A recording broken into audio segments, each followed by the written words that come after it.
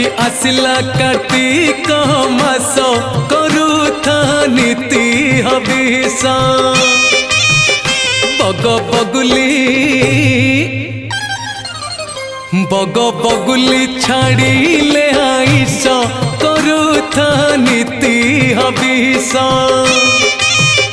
सखी आसिला कार्तिक मास करुथा नीति हविष करुथा नीति हविष।